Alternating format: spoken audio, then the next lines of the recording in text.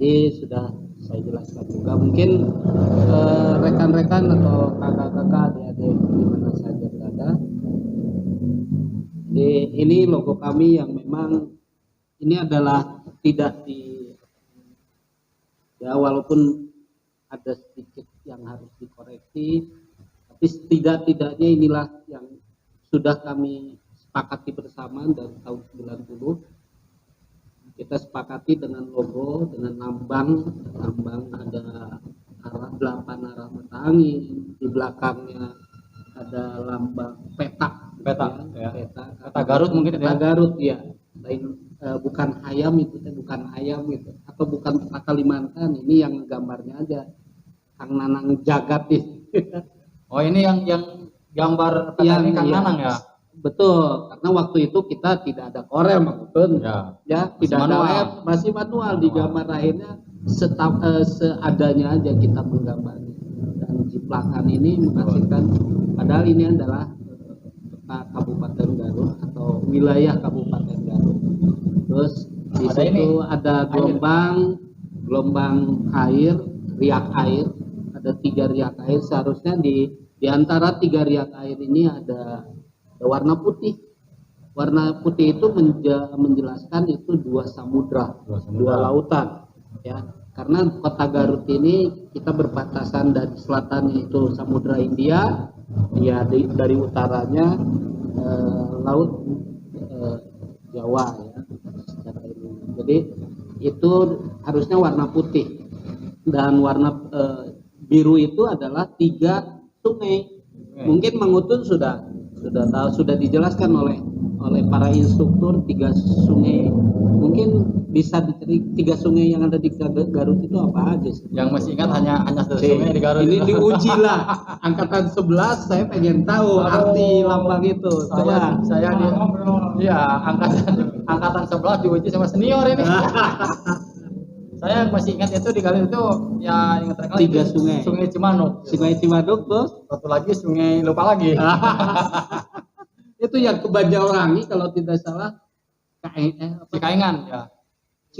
Cilaki sama satu lagi tuh apalah, lupa lagi saya juga jadi lupa lagi. Jadi lupa sama kebawa grogi sama Mangutun. Terus ada mata gigi. Ada mata gigi. Nah ini juga ada artinya ya. Terus ada 2 mata gigi besar. Ini mengartikan 2 peserta didik, yaitu putra dan putri. Kalau yang kecil-kecil ini adalah untuk menambahkan 2 ditambah 8 jadi 10 mata gigi, roda mata gigi, yang melambangkan itu adalah adanya. Terus tulisan search and rescue. Ini search rescue. Kenapa kita harus berbahasa Inggris ya? Karena apalagi gitu. Kalau SAR itu pasti search and rescue ya. Kita kudu bahasa Sunda ya juga kan. Akhirnya kita menggunakan search and rescue. 0905. Nah, ini adalah kode wilayah Kabupaten Garut. Gitu. Ya. Kode wilayah. Kalau dulu sebelum ada pemekaran dengan Banten, kode Kabupaten Garut itu 0917. 0917. Tapi karena setelah ada pemekaran, akhirnya menciut, berkurang, beberapa kabupaten dan kabupaten lah yang masuk ke wilayah Banten, sehingga nomor urut Kabupaten Garut ini menjadi sebelum 05 juga kita 07 dulu. Jadi ada 3 perubahan kode wilayah. 0917, 0907, 0907, 0905 sampai saat ini. Nah, nanti kalau terjadi ada pemekaran Garut Utara juga kayaknya berubah lagi, atau kalau tidak ya tidak berubah ya. Mungkin aja tidak berubah, tapi ada rencana-rencana memang sudah disetujui oleh DPRD Provinsi Jawa Barat dan oleh Gubernur. Ini ada pemekaran wilayah Garut Utara. Ditambah nanti selatan, kayaknya Banjarwangi juga akan memisahkan diri dengan dengan Garut ini ya. Akhirnya nanti status keanggotaan juga harus kita pikirkan bersama. Betul, karena akan berbeda kabupaten. Iya, ya, betul. betul. Mudah-mudahan meskipun kita berbeda kabupaten tapi kita tetap tujuan sama. Iya. Nah, ini nanti kita pikirkan kembali status keanggotaannya, terus keberadaan kita juga unit SAR, apakah nanti kita membuka cabang gitu atau yang lain-lainnya. Saya kira itu. Nah, kalau gerakan pramuka jelas itu adalah induk organisasi gerakan kita bernaung di bawah organisasi besar yaitu organisasi gerakan pramuka. Warcap Garut jelas menandakan bahwa kita di bawah naungan waktu kalau 7 arah delapan arah mata angin pasti sudah tahu lah. Jadi kita mengabdi ke 8 penjuru, jangankan di Kabupaten Garut. Ya, kalau memang kita sudah mapan, sudah mampu, kita bisa seluruh dunia. Tapi skup kecil aja dulu. Ya, betul. Nah, itulah obrolan mungkin dari kalau pengalaman Mang Utun sendiri, nah itu ada permintaan dari Mang Nanang Jagat, pengalaman Mang Utun ya. Mang Nanang Waktu pendidikan misalkan. Betul. Mang Nanang ini posisinya ada di belakang layar ini. Biasa. Backsound pada gitu nebawe. Ini ada permintaan dari Kang Nanang. Pengalaman Mang Utun selama pendidikan SAR itu luar biasa selama pendidikan di hutan. Tadi kata Mang Nanang ada yang bagaimana nih pengalamannya luar biasa, pokoknya campur aduk Kajis. Waktu itu campur aduk, ada bisa dikatakan ada hal-hal yang mistis juga. Waktu itu jadi pengalaman saya waktu sebelum berangkat pendidikan, saya kira bakal camping seperti biasa, seperti halnya camping jambore nasional atau jambore ranting, jambore cabang. Gebiar kesannya tuh. Kesannya gebiar. Pas ternyata di lapangan harus survival, tapi itu awalnya saya dongkol. Terus terang awalnya dongkol. Tetapi setelah dijalani itu ada pengalaman yang sangat luar biasa, pengalaman baru yang belum saya temukan, tetapi sampai saat ini sangat bermanfaat. Luar biasa, betul. Jadi tadi Kak Ajis sudah menyinggung tentang survival. Saya sebelum pendidikan nggak tahu apa itu survival, bagaimana itu caranya survival. Ternyata setelah ada mengikuti pendidikan SAR selama beberapa hari di hutan, di gunung, saya bisa melewatinya dan sampai saat ini alhamdulillah saya bisa berbagi pengalaman dengan adik-adik, dengan rekan-rekan baik di tingkat gugus depan maupun di teman-teman pecinta alam. Itu Kak Ajis. Jadi pengalaman saya tentang survival, tentang pendidikan di SAR Pramuka bisa saya sudah saya kembangkan, sudah saya ceritakan kepada adik-adik angkatan, kepada adik-adik yang lain. Terus hal-hal yang mistis waktu itu betul. Awalnya saya sebelum mengikuti pendidikan siunan Kajis. Tukang siun saya penakut. Ketika datang malam jam 8 paling malam saya sudah tidur. Biasa di Banjarwangi jam 8 sudah tidur. Terus sudah pakai kasur, selimut. Kalau di sana ketika kita pendidikan jam 11 tidak bisa tidur, jam 12 nggak bisa tidur, sampai subuh juga nggak bisa tidur juga. Itu kenapa? Pertanyaan luar biasa itu. Dan jawabannya juga sangat masuk akal gitu ya. Kenapa saya tidak bisa tidur selama beberapa malam, beberapa hari tidak bisa tidur? Kenapa? Yang saya pikirkan bagaimana nasib saya esok hari. Gitu. Maksudnya bagaimana nasib saya esok hari itu adalah, jadi begitu datang malam ini saya nggak bisa tidur. Memikirkan apa? Memikirkan diri sendiri dan memikirkan teman yang lain. Betul. Ya, memikirkan teman seangkatan bukan kalau di itu Kajis, kalau di tingkat itu regu. Kalau di tingkat gugus depan, kalau di camping gitu ya. Kalau di unit itu namanya seru. Nah, saya gini, kebetulan angkatan saya yang paling dewasa, usia yang paling dewasa itu ada 3 orang. Namanya Utun. Mang Utun. Namanya Utun. Kang Maman Ahe, Maman Ahe, terus Edwin Gunawan. oh Edwin Gunawan. Empat orang sama Irwansyah. Oh Irwan. Ada 4 orang itu yang sudah dewasa. Yang 4 orang itu dibagi ke 4 truk. Ya mungkin senior juga sudah memperhitungkan, sudah memperhitungkan bahwa oh ini yang dewasa harus ini satu membimbing, harus membimbing yang lainnya karena yang lainnya itu usia kelas 10-an, kelas 11 SMA atau kelas 12. Saya waktu itu kan sudah kuliah, udah dewasa. Nah, jadi yang saya pikir setiap malam saya nggak bisa tidur, memikirkan bagaimana ini nasib malam ini, nasib besok hari ini, teman-teman saya, adik-adik saya dikhawatirkan ada yang sakit, dikhawatirkan gimana gitu ya. Jadi banyaklah. Terus yang selanjutnya mungkin ini bukan berarti penyiksaan ya. Bukan. Dari senior sampai saat ini saya juga tidak menganggap itu penyiksaan, tetapi itu mendidik agar kita lebih dewasa dan agar kita lebih mandiri dan lebih disiplin. Utamanya disiplin gaji yang saya rasakan. Pokoknya banyak ya. Banyak pengalaman-pengalaman yang sebelumnya dan sesudahnya itu berbeda. Sebelumnya saya suka memble, sebelumnya saya suka leha-leha, tapi setelah mengikuti kegiatan pendidikan Sar Pramuka, saya paling nggak suka kalau lihat teman-teman adik-adik yang memble, teman-teman yang leha-leha, ya kan, karena secara kita dididik secara disiplin. Apalagi di bawah naungan unit SAR ya, betul. Setiap saat dituntut untuk kesiapsiagaan.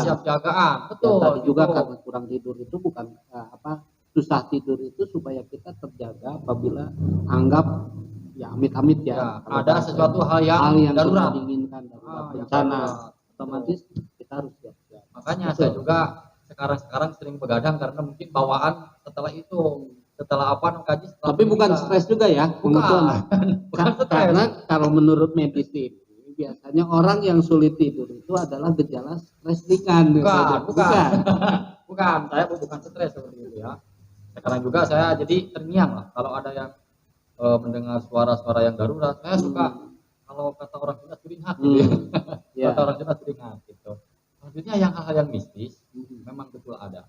Jadi waktu itu saya melihat ada di depan seru saya di depan Bipak namanya Bipak ya. Saya juga mengenal Bipak pas setelah pendidikan jadi yang namanya Bipak itu gimana? Oh ternyata Bipak itu yang terbuat dari saung yang dibuat dari papadotan lah, dedaunan untuk berlindung kita beristirahat dan baik dari terik matahari, hujan, angin dan lain-lain. Pokoknya luar biasa. Nah, tiba-tiba di malam itu tepat jam 12 malam saya terlihat ada yang lewat tinggi badannya tinggi. Ada 2 orang, badannya tinggi, warnanya hitam, tetapi dia tidak mengganggu kita, hanya selintas, hanya 4-5 detik lah, 4-5 detik. Tapi saya berusaha untuk tegar, berusaha untuk kuat, karena kalau saya berteriak, kalau saya nanti yang lain panik gitu ya Kajis. Jadi ya udahlah, saya karena yang paling dewasa dengan teman-teman yang 3 orang, termasuk saya jadi 4 orang, udahlah saya berusaha untuk melindungi mereka, adik-adik saya. Jadi nggak terlalu terlihat saya panik, meskipun saya siun Kajis. Memang ya, namanya di alam terbuka, apalagi di lembah, di gunung, itu pasti. Iya. Jangankan di lembah dan di gunung. Di seputaran gedung-gedung yang memang di kota aja ya. Kalau gedung itu tidak dipakai, jarang dipakai, itu hilang. Nah kita hidup ini bukan hanya ya kita harus berdampingan dengan alam gaib. Betul. Ternyata ada hikmahnya Kajis dari kegiatan-kegiatan seperti itu. Ketika kita mau masuk ke hutan itu kita harus benar-benar ikuti menyesuaikan diri. Harus menyesuaikan diri dengan alam. Ya, jadi jangan sampai sembrono. Ya, ikuti harus ada izin, berdoa masuk ke hutan. Jadi jangan seenaknya. Itu Kajis ya. Selama iya, harus menjaga alam, mengenang. Jadi nggak boleh segala dibabat gitu lah. Ada pepelakan orang lain jamu dibabat, Berarti itu mah tidak cinta halaman tuh, bukan itu mah, pramuka. kalau itu mah cinta perut. Cinta perut. Daripada perut yang kelaparan. Ya, memang gitu. Itu pengalaman Mang Udun. Saya juga memang dengan Iya, pengalaman Kak Acip bagaimana itu ya? keberangkatan unit berdirinya unit tadi mengedukasi atau memberikan pelajaran-pelajaran pengetahuan wawasan kepada adik-adik pramuka, atau bukan hanya pramuka aja, pelajar juga, supaya mereka nanti satu kita persiapkan apabila terjadi bencana, search and rescue-nya. Kedua juga kita ya harus mencintai alam sesuai dengan isi dasar dharma. Jadi kita harus mencintai lingkungan. Minimalnya kita tidak mengganggu. Itu semua kami rintis, kami siapkan karena bukan untuk kepentingan kami. Saya dengan kakak-kakak saya juga yang memang usianya lebih daripada saya gitu ya, seperti Kak Imat gitu kan, Usep Basuki Eko, ketua harian kita, ketua harian Kuatnya gitu ya, dan sama-sama ini juga salah satu rancangan yang memang ada kontribusinya ketua harian kita ini. Oh, jadi ada kontribusi dari Kak Eko. Iya, Kak Eko ini salah satu memang penggagas juga. Luar biasa. Ya. Tapi karena kita kebersamaan ini diciptakannya bersama-sama. Usep Basuki Eko ini menayangkan gambar ini, akhirnya ini harus ditambah ini. Jadi terbentuklah. Jadi hal-hal yang kayak demikian itu ya kita utamakan kebersamaan, persatuan, rasa solidaritas terhadap anggota, jangankan sesama anggota, di luar anggota juga kita harus peduli lah. Betul. Nah, sekarang muncul ada lagi pramuka peduli. Kenapa kok?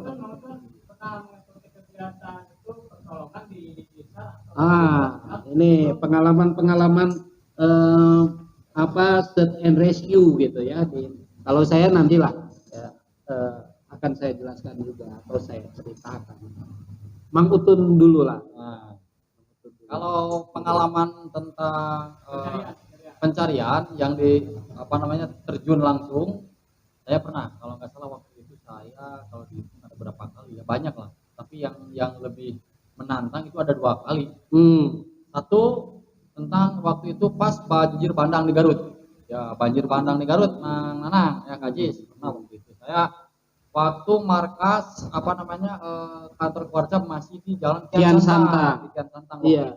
Itu tahun 2016 banjir bandang. Ya 2016 di banjir bandang Garut waktu itu. Nah saya terjun selama pokoknya 1 minggu saya nggak pulang-pulang.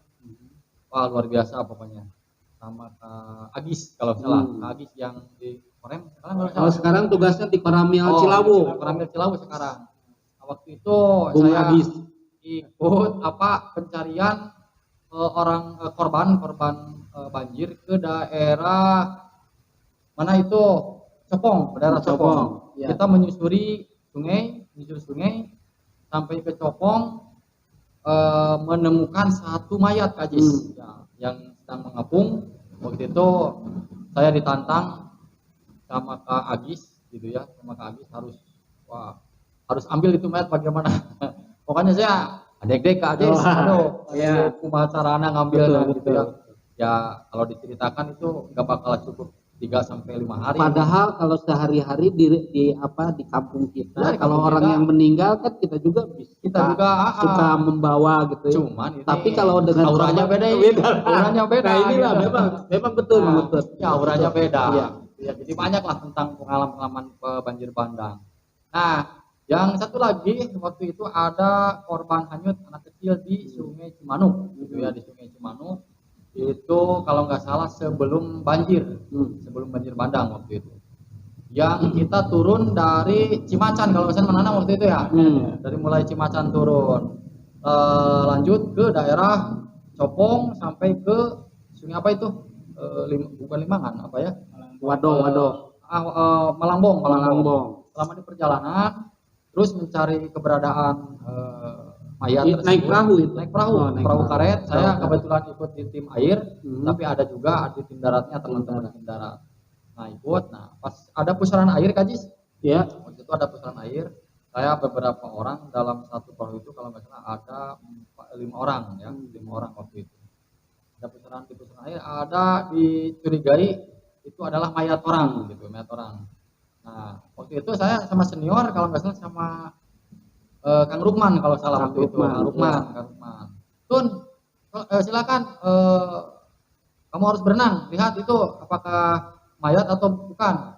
Nah waktu itu saya memberanikan diri, kalau saya nggak menuruti perintah senior kan saya gimana kan nanti nilai saya ya, bisa jeblok kan. Senior juga memerintahkan itu sesuai dengan kapasitasnya ya. Jangan sampai nanti Mang Utun tidak bisa berenang, disuruh berenang harus. Tapi saya juga itu semua tim pakai perahu pakai pelampung. Pakai pelampung. Ya walaupun pelampung juga kan yang namanya panik bisa. Ya betul. Nah waktu itu saya langsung loncat ya.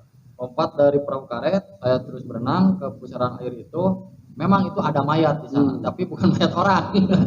Ternyata itu mayat kambing gitu, mayat kambing. Waduh, saya bukan mayat tuh. Kalau untuk binatang bangkai aja. Bangkai aja. Kalau untuk manusia jangan bangkai. Tadinya saya kan itu sesama makhluk hidup. Tapi waktu itu sudah mati gitu ya. Sesama makhluk Allah maksudnya gitu. Sesama makhluk Allah. Nah, jadi waktu itu pas ternyata itu bangkai kambing. Wah, saya sampai gimana gitu ya, sampai tertawa. Ternyata senior juga tahu bahwa itu adalah bangkai binatang.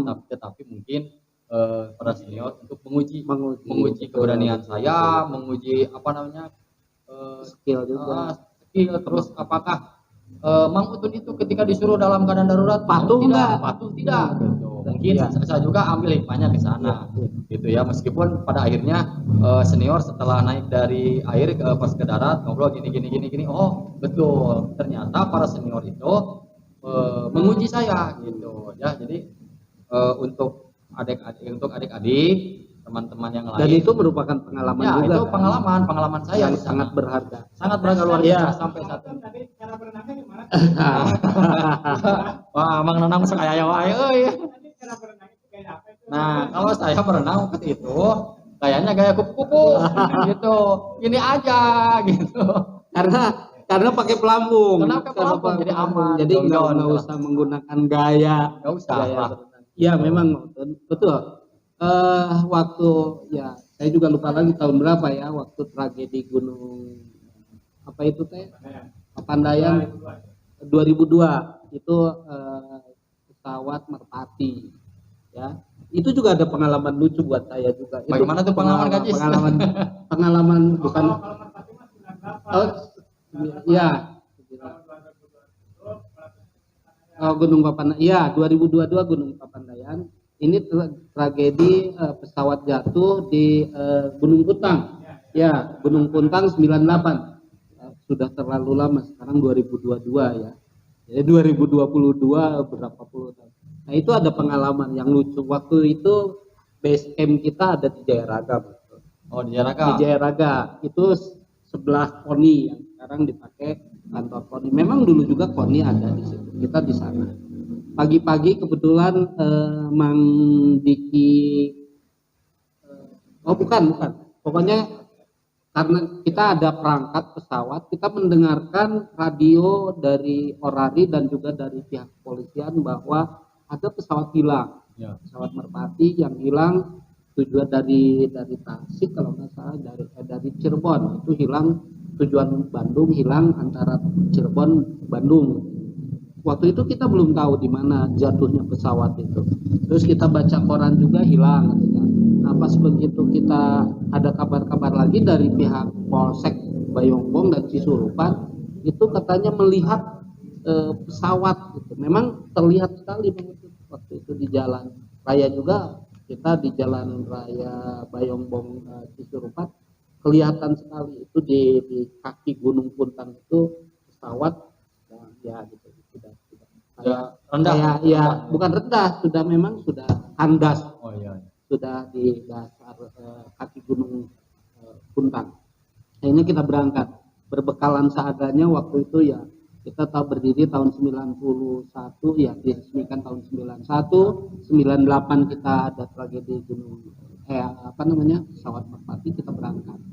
Saya yang berangkat itu Kak Imat, Kak Tony Eot, ya Kak Tony Eot, terus Kang Ageng, Kak Uti Sutisna. Kita berangkat ke sana, ada beberapa personil juga berangkat.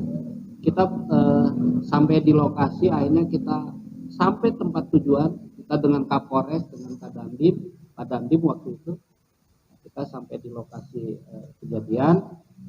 Kalau dikatakan pertama sih bukan juga, tapi rombongan pertama yang memang waktu itu kita sudah sampai di sana. Malah waktu kebetulan waktu itu Menteri Perhubungannya Pak Azwar Anas itu ya, itu berkomunikasi dengan Kak Imat. Kak Imat kebetulan konsainer, yaitu anggota Orari. Beliau bisa berkomunikasi dengan Pak Azwar Anas, dengan ya Basarnas waktu itu di bawah departemen atau Kementerian Perhubungan ya Kak Nanang ya. Makanya kendali operasi waktu ada tragedi Merpati itu kita di bawah langsung oleh Menteri Perhubungan. Akhirnya komunikasi yang sangat biasa lah.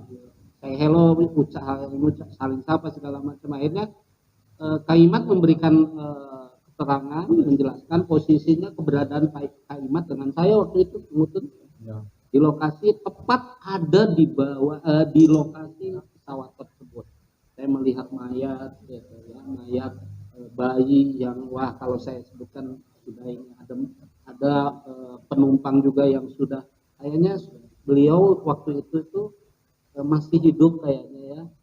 Dia berjalan keluar, pokoknya ada 10 meter lah dari lokasi pesawat itu sudah tidak bernyawa juga. Nah, kita memberanikan diri karena instruksi dari Pak Menteri Perhubungan waktu itu. Karena Kak Imat ini konsennya MYP, tolong silakan Anda kalau memang posisinya sudah di dalam pesawat, tolong carinya black box. Nah, ini cerita yang lucu ini, cerita lucu. Karena waktu itu terus terang saja, saya dengan Kang Imat itu karena tidak punya wawasan. Ya. Apa itu yang namanya black box? Bagaimana bentuknya? Kita tahu aja namanya black box itu adalah kotak hitam ya, gitu kan. Hitam. Karena black itu hitam. Black itu hitam dan box itu kotak. Gitu. Ya. Tapi kita tidak pernah melihat kotak hitam itu apa warnanya, bentuknya bagaimana. Nah, akhirnya kita cari-cari sampai di lokasi saya menemukan pilot, pilotnya, kopilotnya, malah dengan yang lain. Malah saya juga menemukan uang tunai yang sedikit sudah kebakar tapi masih utuh waktu itu ya. Ada tiga ikatan kalau mungkin hitungannya entah 1 jutaan ada berapa gitu ya. Ada yang lain tapi saya tidak berani gitu. Karena tugas kita adalah kemanusiaan, pertolongan aja ya. Walaupun semuanya sudah jadi korban. Akhirnya kita karena instruksi dari Pak Menteri harus mencari black box, kotak hitam tersebut. Akhirnya kita cari. Padahal black box itu dengan saya sudah melihat itu. Ini karena kebodohan dan ketidaktahuan saya. Oh itu kotak hitam, jangan-jangan itu Kak Imat, kotak hitam itu. Tapi warnanya kok oranye gitu. Pokoknya kita tujuannya hitam. Karena gitu. Pemikirannya black, ya, gitu. Black hitam, box kotak. Tapi warnanya oranye. Lain itu. Bukan Kak Imat.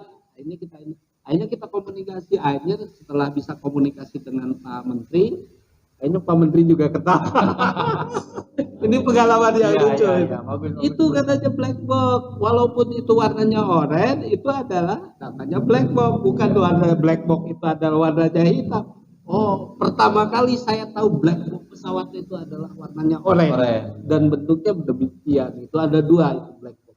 Jadi ada yang fungsinya untuk merekam suara, yang untuk menyadap pembicaraan menara dengan pesawat, dan satu lagi untuk nantilah harus ditanyakan, saya juga utang Pak.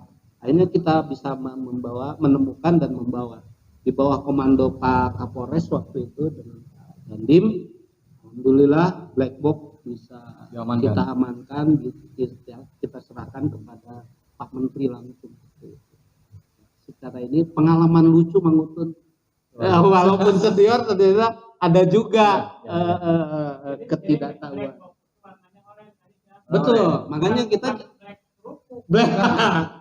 Jadi black box itu, jadi saya juga sering lah menyampaikan sama adik-adik junior.